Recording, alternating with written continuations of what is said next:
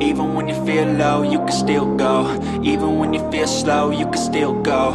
Even when there's no hope, you can still go. I never answer to no, man, I still go. Go, go, go, go, go, go, go, go, go, go, go, go, yo, go, go, go. Hustle hard, hustle every single day.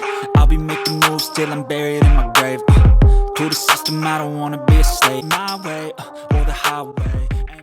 What is going on YouTube? This is Max coming back at you once again with another video. This time there's going to be my official review of the Samsung S95B. Now if you like this type of content, if you could do me a favor by hitting that like button and the subscribe button, I greatly appreciate it. Without further ado, let's go ahead and dive in. Samsung is finally on board the OLED camp, and this time they are bringing in something special. The S95B is Samsung's first QD-OLED TV to hit the markets in the time of this recording.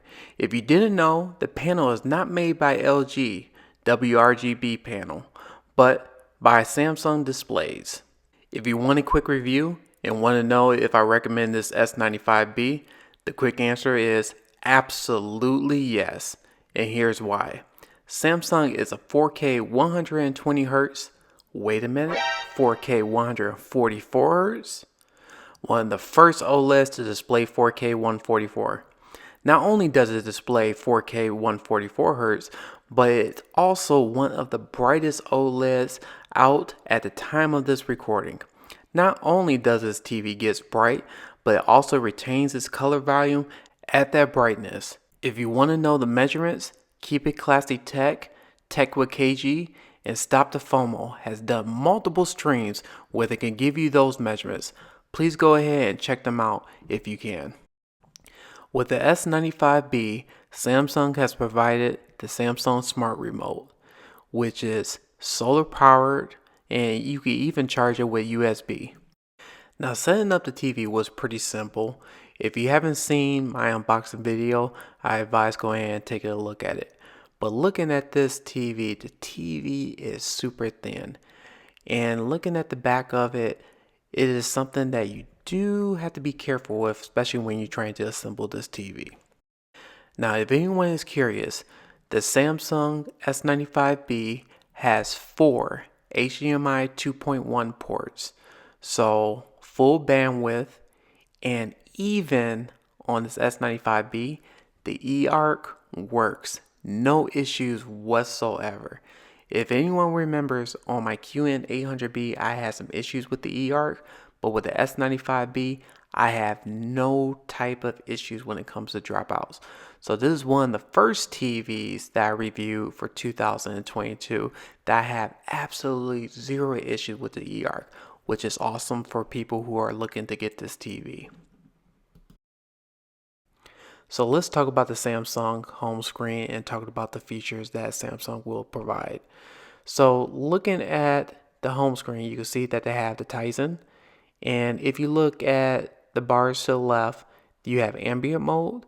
With anyone who is curious about, you could say, screensavers, that's the best way I can describe it. It's a dynamic screensaver that you have the option to pick.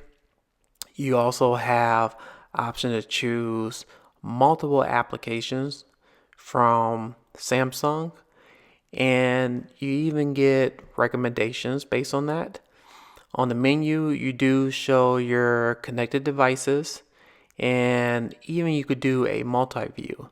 So one thing I forgot to leave out in the QN800B layout, if you're doing a multi-view, you only could do up to 2, or a picture-in-picture for the S95B specifically. So I want to make sure that I do talk about this because I have had some comments before.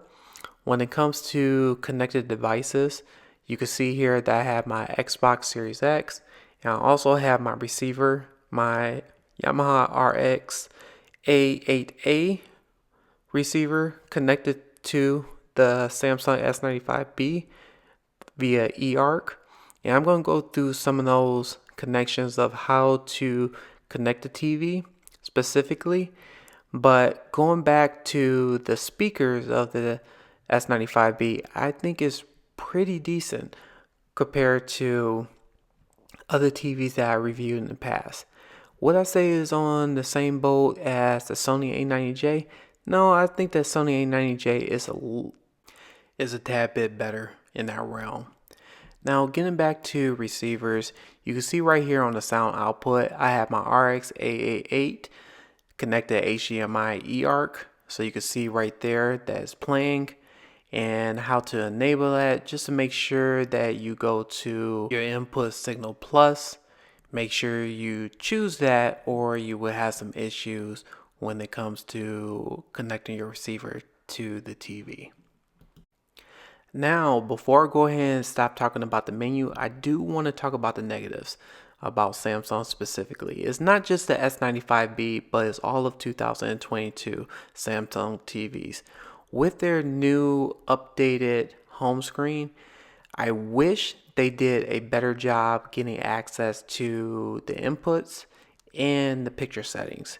Now, I know there's a little bit of a secret way that if you hold down K button, it's supposed to pull up the picture menu by any means, but it should have an easier access to it, as in once you go in and press the settings, they should have some type of input where you get a hold of all your connected devices, instead of me scrambling going back to the home screen, trying to figure out my connected devices, trying to go into my settings. Those are kind of picture settings. Those are kind of like the things that I wish Samsung would really address in some of their updates. And that's something really easy for them to do, is to add that functionality into it, especially when you press the home screen or the settings menu. They should have that type of access if you're trying to toggle between each input. So that's just one negative. The other negative that I do want to point out is there's been a huge discussion for the last few weeks about the Samsung S95B color accuracy. So it's not just following the EOTF like other TV manufacturers when watching filmmaker mode. Now, I do consider this as a negative. Yes and no. Here's why. There's going to be two camps specifically when it comes to TVs in general. Now, there's going to be consumers or people or users that's going to care about color accuracy, and then there's going to be people who really don't care at all. I'm in the camp that really doesn't care too much about it to a certain extent, because at the end of the day, I'm not going to go ahead and get my TV calibrated. And a lot of people who do buy TVs are on the same boat when it comes to not getting their TV calibrated. Now, for the people who are into the color accuracies specifically, this S95B may not be the TV for you.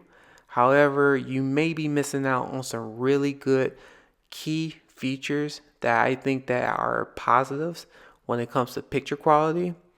One is that you have to, one thing is one of the cleanest displays that I've ever seen. I see no type of banding whatsoever. This QD-OLED, and when it comes to gaming specifically, I think it's one of the best gaming TVs that I have ever experienced. eARC works, which is a huge plus in my opinion. When it comes to HDR content, I think this is one of the most amazing TVs that I ever seen. And I am saying this a lot, especially of an owner who has a Sony A90J.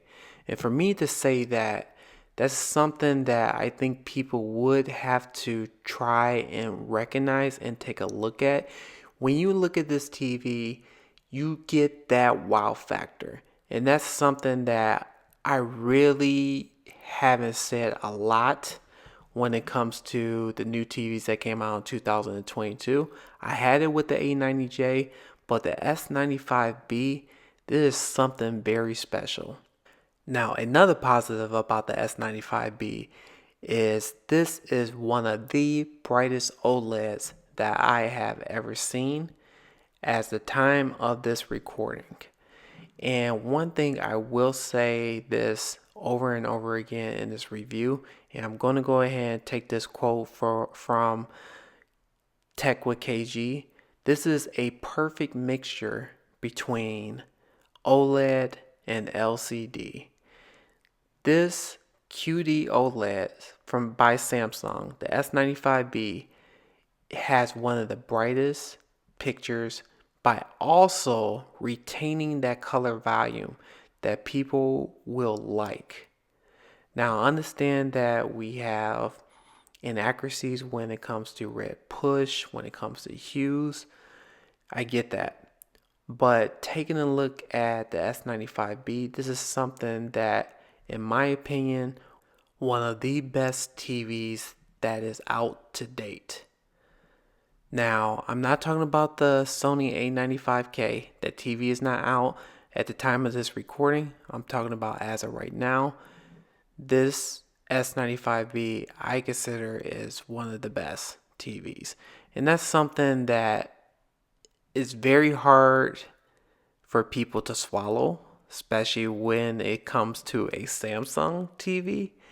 But what Samsung has done, not only that it has a perfect mixture between a OLED and an LCD TV, but it also satisfies the gamers, which is depending on your use case scenario, that is a big accomplishment on Samsung's side. But another thing that I do want to point out as a negative, I would say this too, is that I kind of wish, well, I don't kind of wish, I do wish that Samsung has came out with bigger size screen TVs. At the time of this recording, the only thing that Samsung, the S95B have is either a 55 inch or a 65 inch. I wish they had bigger sizes. For me, if they had a 77 inch and an 83 inch, this is a TV that I will keep immediately. But for it to be at 65 as the highest, that's something that I really just can't swallow or hold on to this TV. And so those are kind of like the things that I have to think about. But if you're in the market specifically for a 55 or 65 inch, hands down, I would take this TV immediately and I would be done with TV shopping, period. So for me, if Samsung is hearing me, and I think they are, because they are going to be coming out with a 77 inch or 75 inch next year at 2023, is I wish they would have came out with a bigger screen sizes of 2022. So I don't know if I'm going to wait until then, but for my use case and what I'm using it for, especially I'm in the basement, that's something I'm looking for. Minimum 75 is the lowest I will go, and I'm trying to get something like an 85 inch, 83 or 85 inch. So that's something that those are the reasons why I consider those negative in my opinion. But if you're in the market for a 55, 65 inch, this is one of the most, this is, I consider this is one of the best TVs to look for. With all its negatives here and there, I definitely recommend this TV. But enough with that. Let me know what you guys think. Let me know what you think about the Samsung S95B. I understand that there's some issues with the color accuracy. I get it. Do you think that's going to deter you from buying this S95B? Or do you really care about it? Or who knows? Is it something else that you see a Samsung is missing that you would like to see? Before I end this video, something that I just need to get off my chest and just wanted to say. Please look at other reviews. Please look at articles just to get yourself more informed about any TV that you're thinking about purchasing. One reason I'm saying this is that if you base it off of just one review, you're never going to get a true depiction of what you may think this TV could possibly do. Go ahead and go to the store and take a look at this. If you even have the opportunity, buy it, try it out, and see if you like it. If you don't, go ahead and return it. That's something that I would like to stress to anyone. Just don't base it off of just one review. Well, I'm about to go ahead and end this video. If you like this type of content, if you could do me a favor by hitting that like button and that subscribe button, I greatly appreciate it. And once again, I want to say thank you for watching my video.